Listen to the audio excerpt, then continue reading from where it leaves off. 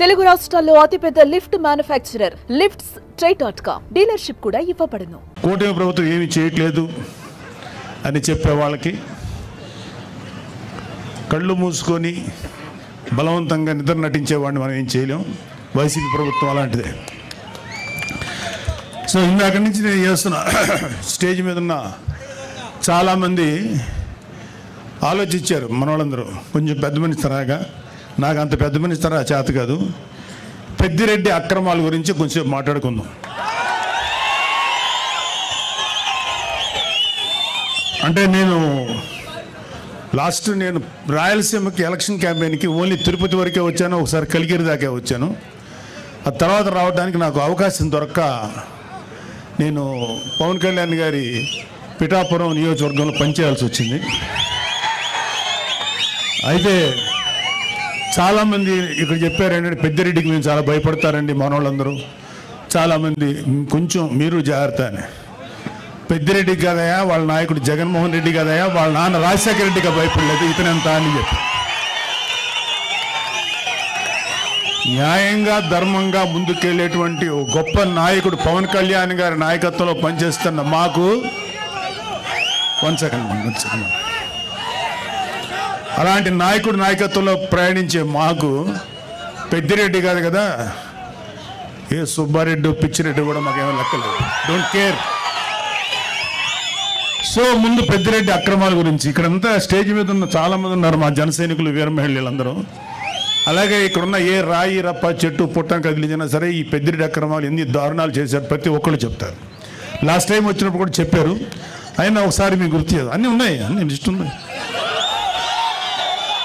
రాయలసీమ మొత్తం మీద దాదాపు 23 ఎకరాల భూమిని దోచుకున్నాడు ఈ పెద్దిరెడ్డి. ఆయన దోచుకున్న భూముల రికార్డులు లేకుండా తన అనుచరులతో మదనపల్లి తహసీల్దార్ కార్యాలయంలో ఫైల్స్ దగ్ధం చేయించాడు.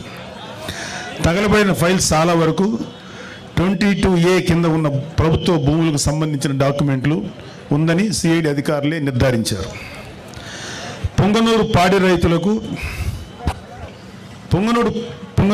రైతులు నిలువున దోపిడీ చేస్తున్నారు. లీటర్ పాలకి కేవలం 20 రూపాయలు ఆయనే నిర్ధారించి తన సొంత డైరీకి పాలు తరలించాలని పాడి రైతుల్ని బెదిరిస్తున్నారు. ఇప్పుడు కాదులే, ఒకప్పుడు మొన్న ఎలక్షన్స్ వరకు. అలాగే మైనింగ్ మాఫియా తయారు చేసి నిబంధనలకు అనుగుణంగా మైనింగ్ చేసే వాళ్ళని, న్యాయంగా ధర్మంగా మైనింగ్ చేసే వాళ్ళని బెదిరించి వారి వ్యాపారాలు దోచుకున్నారు. పొంగనూరు, మదనపల్లి, తొంబలపల్లి కేంద్రంగా అక్రమ క్వారీలు, ఇసుక, గ్రావెల్ మాఫియా నడుపుతున్నారు. తిరుపతి మఠం భూములను ఆక్రమించుకున్నాడు. వడమాలపేటలో మండలంలో గుజరాతీ వ్యాపారిని అతని కుటుంబ సభ్యులను బెదిరించి ఆస్తులు రాయించుకున్నారు. తిరుపతి నగరంలో చెరువులు ఆక్రమించారు. మద్యం అక్రమ దందా మొత్తం పెద్దిరెడ్డి రామచంద్రారెడ్డి కనుసన్నల్లోనే నడిచింది. మద్యం క్వాలిటీ లేదన్న ఒక దళితుడిని నెక్స్ట్ డే చంపించారు. ఈ మద్యం ఏంటో ఇంత దరిద్రంగా ఉంది, మూత్రంలో ఉంది అన్నందుకు నెక్స్ట్ డే చంపేశారండి. నెక్స్ట్ ఆయన కమిషన్ల కోసం, ఆయన కాంట్రాక్టుల కోసం ఆవులపల్లి రిజర్వాయర్ నిర్మాణాన్ని చేపట్టారు. దీనివల్ల 100 కోట్లు నేషనల్ గ్రీన్ ట్రిబ్యునల్కి పెనాల్టీ చెల్లించారు. పొంగనూరు నియోజకవర్గం పులిచెర్ల మండలం మంగళంపేటలో విలాసవంతమైన భవనం కోసం 70 ఎకరాల పైగా ఆక్రమించుకున్నారు. అటవీ శాఖ భూములు ఆక్రమించి మార్కెట్ యార్డ్ నిధులతో రోడ్లు వేసుకున్నాడు. మరొక ఎర్రచందనం అక్రమ రవాణా కోసం అడవుల్లో రోడ్లు వేయించుకున్నారు. అటవీ శాఖ మంత్రి పదవి అడ్డం పెట్టుకుని రాష్ట్ర వ్యాప్తంగా మైనింగ్ ద్వారా ఇసుక, మట్టి, కంకర, గ్రానైట్ తదితర ప్రకృతి సంపదను దోచుకున్న అడవి దొంగ నువ్వు పెద్దిరెడ్డి రామచంద్రరెడ్డి. 2 లక్షల కోట్ల అక్రమాస్తులను కూడబెట్టాడు. 2 లక్షల కోట్లు లెక్క పెట్టాలంటే ఎంతసేపు పడుతుందో, ఎన్ని రూములు కావాలో అర్థం చేసుకోండి. ఆయన అక్రమాస్తుల విలువ మన రాష్ట్ర బడ్జెట్ 2 లక్షల కోట్లను దాటిపోయింది. మిమ్మల్ని గెలిపించిన అలాగే వైసీపీకి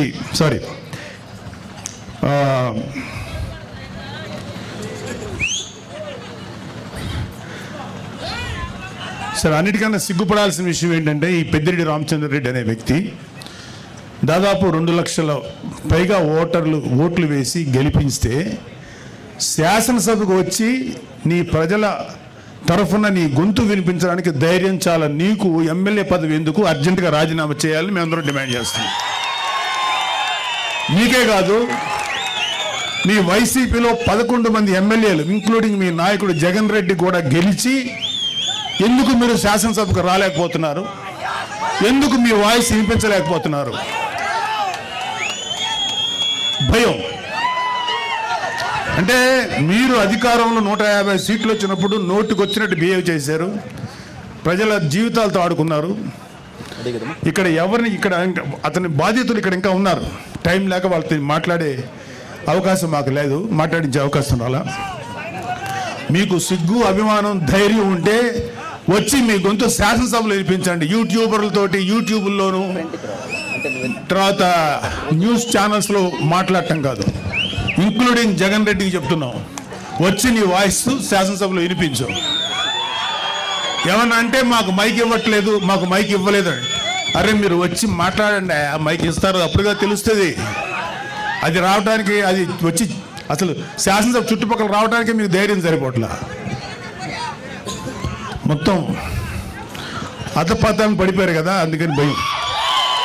రండి, మీరు అధపాతాలో ఉన్నారు కదా, అక్కడి నుంచి మాట్లాడండి, కనీసం వినపడద్దు మాకు.